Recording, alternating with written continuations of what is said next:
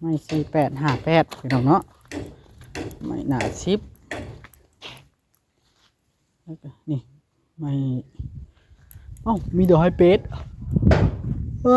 ทีแรกนะเพิ่นว่าสินั่นพี่น้องเนาะเพิ่นว่าสิเปลี่ยนแต่หลังคาให้ล่ะทางประตูบ่เอาสิยกให้บ่ดอกเราก็ยกไปอยู่เราเป็นคนนักเกิดนะต้องมีความพยายามติเพื่ออยากกิน ให้ซื้อให้บ่กระเป๋าดิบ่ถือบ่ถือมาถือได้ซะกระเป๋าเพิ่นเด้อเจ้าสิไปอันนั้นบ่ได้เด้พ่อแพ้เด้ไปจับไปบายมันผิดของคลำแล้วเด้ฝากติดตามเบาโอลิแน่เด้อพี่น้องเบิดสุปูสุคนสบายดีพี่น้องสบายดีทักทายสบายดีพี่น้องกันเบิดสุปูสุคนมื้อนี้เบาโอลิเข้ามาอัปเดตเรื่องป้าแต๋วพี่น้องเอ้ยเนาะได้เครื่องของมาครบแล้วเด้เพิ่นสิเฮ็ดทรงได้โหมดได้ก็ทั้งจุลี่แหละเพิ่นซ่อมให้พี่น้องซ่อมให้พอได้มีที่พักอาศัยบ่ฮู้ว่าซั่นซะน้องพี่น้องก็ถือว่ามันก็เป็นเฮือนหลังใหญ่เลยเฮือนป้าแต๋วเพราะว่าเพิ่นต่อออกเลยเนาะจะเพิ่นแปลว่าลูกเพิ่นใหญ่น้อยนึงแล้วเพิ่นต่อออกแล้วมันเป็นเฮือนหลังใหญ่โดยเฉพาะนะเนาะไปเบิ่งนำกันไปพี่น้องไปเลข้างๆนี่แหละนี่เฮือนป้าแต๋วนี่มีปานลมปานเล่มเพิ่นก็แก่มาหมดเด้ไม่4858พี่น้องเนาะไม่หนาชิปนี่ไม่มีดอกไม้เป็ดทีแรกนะเพิ่นว่าสินั่นพี่น้องเนาะเพิ่นว่าสิเปลี่ยนแต่หลังคาให้ล่ะทางป้าแต๋วละมั่งหมดบัดนี้ฮะแล้วบ่ฮู้ว่าเพิ่นสิซอยต่อหรือบ่ก็เฮาก็เบิ่งไปเรื่อยๆหั่นละพี่น้องเนาะก็แล้วแต่อันผู้รักผู้ใหญ่เพิ่นแล้วแต่เอื้อยเพิ่น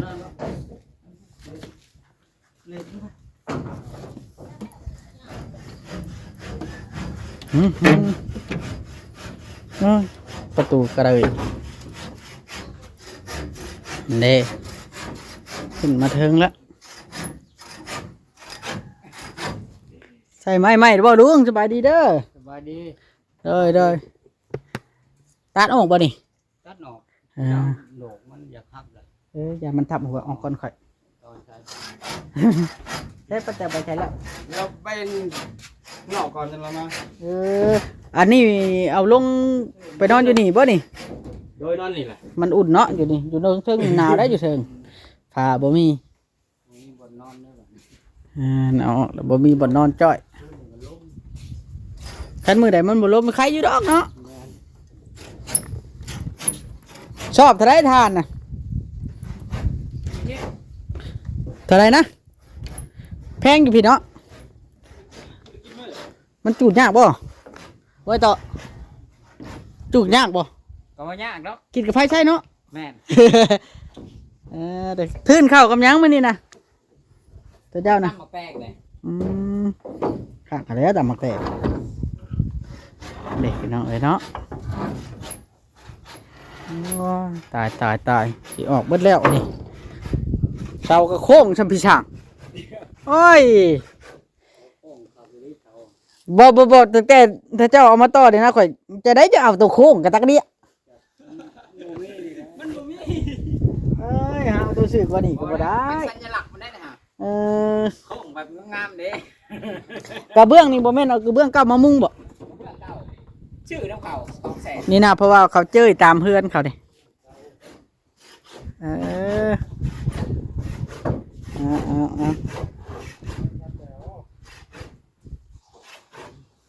ค่อยเฮ็ดไปจังหน่อยมันก็แล้วกำแพงนี่ก็ชูงลีนี่เนาะเบิดเท่าไรบล็อกนี่บล็อกใหญ่เนาะบล็อกมันบล็อกใหญ่เนาะ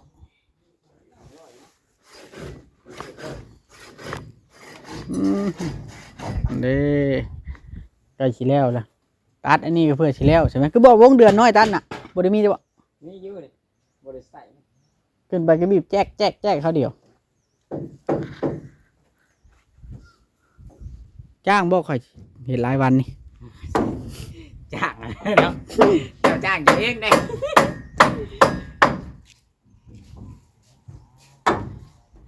อืม บ่มีเงินแล้ว คางมันหน่อยแล้วมันม่วมเนาะพวกคางพวกอันนี้นะ พอหมดแล้ว ฮ้อนแล้วบ่ถือหม่วงฮ้อนนะเฮ็ด3คนนี่บ่นี่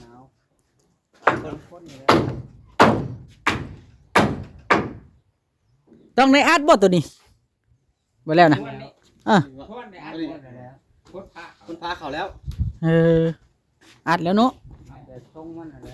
ทรงมันเป็นอะไรทรงอัดผมพามาอย่างนั้นเกี่ยวหมดเลยแต่ แม่นแล้ว ไม่บอกไม่หมดกินมันยาวลง สายไฟชุมเพิ่นก็โค้งชำงูชำเครือ เป็นระเบียบขึ้นหน่อยนะ พอตัดก็บ่ตัดเลย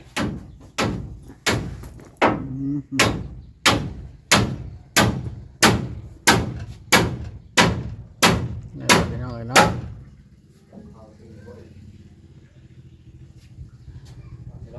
เซฟตี้เซฟคัทมาจากห้องกระป๋อมมาทีมงานนะ ตัดอ้อยป่ะ มาไวกัน ตัดอ้อยเบิ่งก็จะตัดแล้ว มาไวกันจักกระโดดเนาะช่วงแสดงคน10,000อยู่บ่ไปเนี่ย แต่ลายหมัดโคตรผมจะอยู่ตรงนี้ซื้อกับที่งานกี่ครั้ง เอาเดิน จ้างก็ไปเด้ ถึงเวลาไปแล้วไปรู้ได้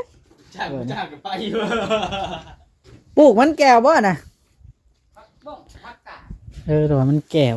มันคือกันเนาะอืม ผู้แหวนมะดอกเลย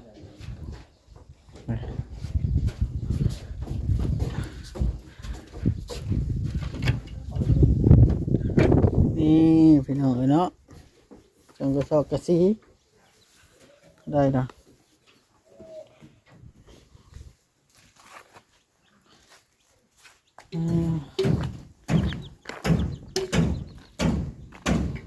ซ่อมเฮือนว่าฉันซ่อมเฮือนนี่มันบ่ง่ายได้พี่น้องเอ้ยอันนี้ก็3ติด3ตับเลยตับหนึ่งก็500,000กู้ถึง600,000แล้วบ่จักเลยขึ้นตามเงินเดี๋ยวไม่ร้ายไม่ในคอกแม่ละเนาะบ่เห็นป้าแต๋วพี่น้องเอ้ยไปจักความสัมภาษณ์ที่สัมภาษณ์ไผบ่เห็นป้าแต๋วเบิ่งเอาเลาะเบิ่งเฮือนแล้วกันแล้วก็เราก็บ่ได้ใช้เสา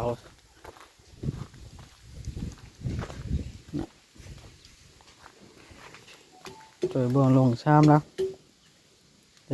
พักมี4ช้อมแล้ว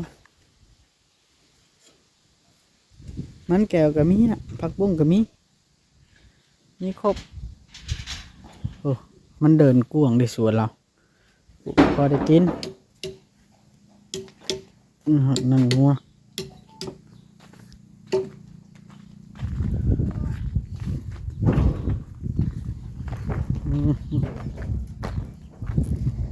นี่ละเป็นเอาเด้อลุงสบายมากเลยเด้เอ้าหมาอีกช่างอันนี้นะ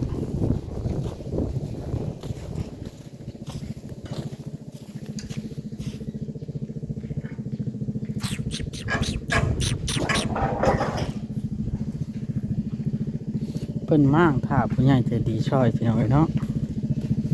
บ่ฮู้ว่าเพิ่นสิช่วยหรือบ่ได้เพราะเพิ่นมั่างแล้วเด้เพิ่นมั่างแล้วเขาน้องแผดมา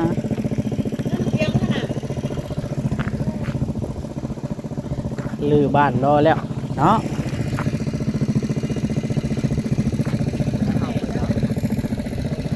สัมภาษณ์ประเภทก่อนเด้อสัมภาษณ์ประเภทก่อนไปใช้น่ะเอาเข้าไปใช้ดอกเข้าไปบ้าน ว่าแต่เช่าป่ะถึงป่ะสบายดีเด้อเช่ากันเด้อ อันนี้เราอยู่นี่ ไหน ไปชดเราก่อนนะเด้อ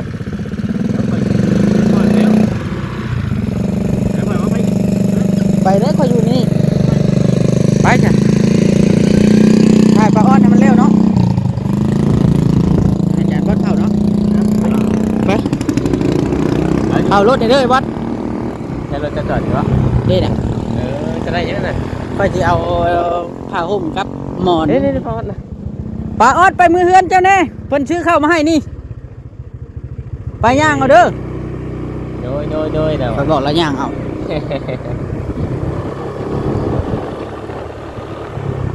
บ่ได้ไปเฮือนปลาอ้อนแต่โดนล่ะ แม่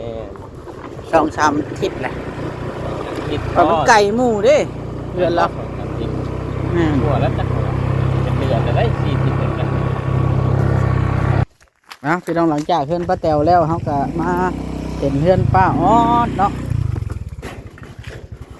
นะเอาข้าวแม่นี่ใครให้ล่ะเอาข้าวแม่ข้าวแม่ตุ๊อย่าเนาะไว้ให้ละ เอาไว้ที่จอดนี่ ไว้ให้ก็ได้อันนี้เรามุงอันนี้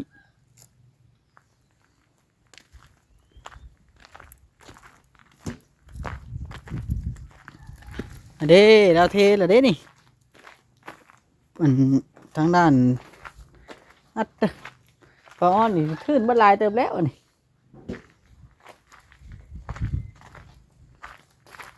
นะเด้เห็นปลาอ้อนงามของเราอยู่หรอกพี่น้องเอ้ยเห็นปลาอ้อนบันไดเบาหลีเฮ็ดได้นี่เป็นเบาหลีนี่เห็นปลาอ้อนเป็นเทเรียบร้อยละเบาหลีบริขมาแต่โดนแปลนละเด้บาทนี่แบบนี้กับใครอยู่ได้พี่น้องเอ้ยเนาะมันจะกินแต่เหล้าเบาหลีบอกเข้ามาใกล้มันกินแต่เหล้าเบาหลีบ่อยคักคนกินเหล้าได้เบาหลีนี่เราคุดไปแล้วเราปลูกเชียงไค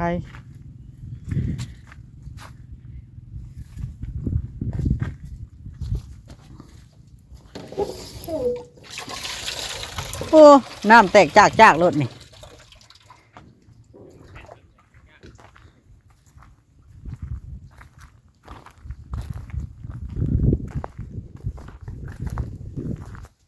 โอ้ยได้ย่างเมื่อแล้วแบบนี้ถ่ายพออันจบแล้วได้ย่างเมื่อแต่แท้ไปจบก่อนเด้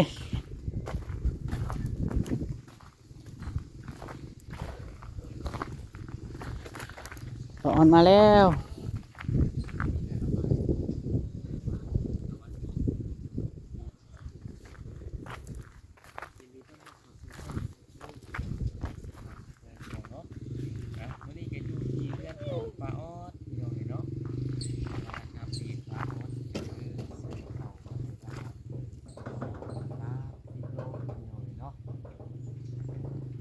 มา เป็นเขาทางเอื้อยจูลี่นะพี่น้องเนาะเป็นในซื้อเขามาให้เขาป้าคิดคอยเบิ่งคอยแยงอยู่เนาะพี่น้องเลย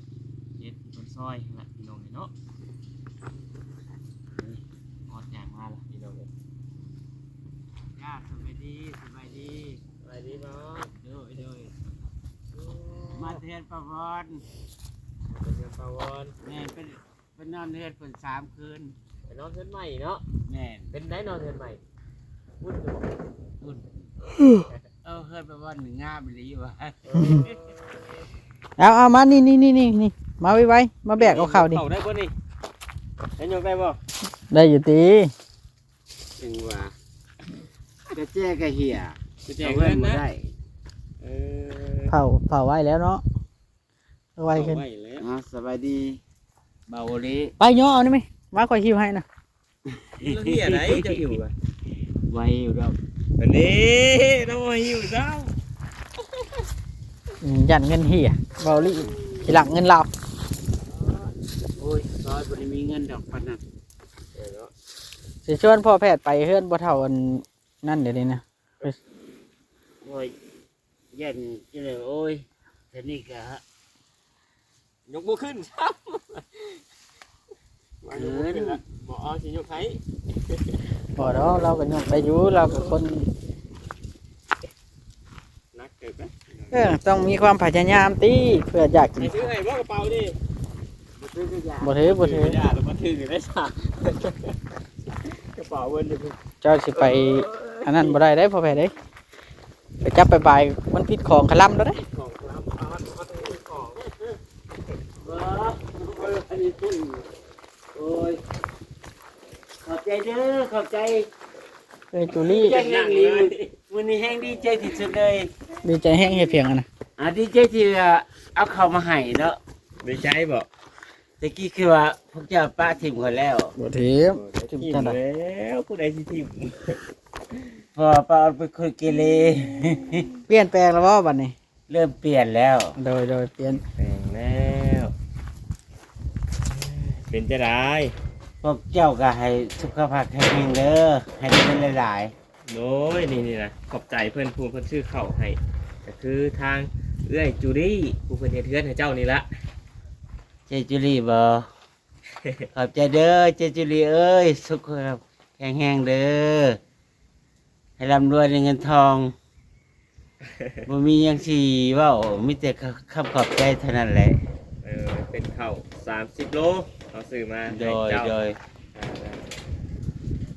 เมดคักแล้วบ่เข้านะเข้าตะกี้นะเมดแล้วเนาะเมดบ่บ่ได้เข้ามา เอาบอกความจริงเด้อนี่ โอ้ยความจริงนั่นแหละถามความจริง ป้าวอนก็ขอให้ เออ ป้าแจ้วขอให้ยืมก็ให้ยืมขอก็ให้ยืม แล้วขอนี่คือว่าชื่อให้เราเรื่อยอยู่แต่กี้พุ่นเนาะ แต่บ่ทันถึกซอย อ๋อ และป้อนี่ว่าแม่นคนคิดถี่ให้ สมัยการทลายป่า แล้วก็ยืมก็ให้ยืมขอก็ให้ขอป้อนก็บ่ได้เอาคืนมาเท่าเดียวนี้ โดยพี่น้องกัน บัดนี้ การแบ่งกัน ยามกินนี่เด้สร้างมาเฮ็ดกับ เออ เที่ยวจะมาเข้า กับกระถามเบิ้งหั่นนะป้าบ่ได้ว่าหยัง บ่เพิ่นสุดทางเนาะ เออ บอกว่า กิน เพราะ ได้ดนอยู่บ่นี่ข้าว30 โลนี่